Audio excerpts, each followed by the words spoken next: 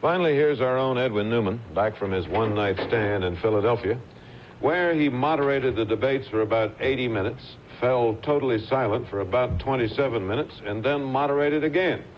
Ed, tell us what happened while the sound was off. Well, so far as the President and Carter were concerned, very little happened, and that was what they wanted. I think the main thing they were interested in was in retaining the concentration that they had achieved and in avoiding any mistakes. So, because of the possibility, it must have seemed to them to be a possibility that the microphones were open, they said nothing.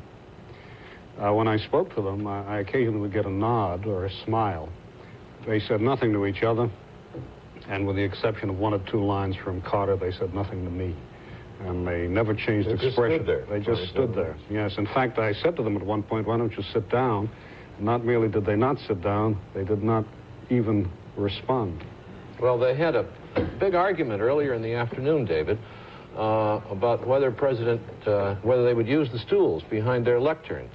And the president's men argued vigorously that they didn't want a stool on the set or on the stage. Carter's people did. The League of Women Voters called that an argument on stool capability.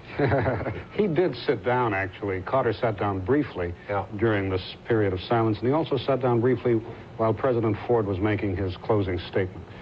If I don't pretend to know the significance of that, however. Ed, watching from the balcony there last night, I got the impression that Carter's final remarks were stronger and more persuasive than the president's final remarks, and I wonder if that accident last night didn't hurt Carter a little more, if the indications might be more even now than they would have been otherwise.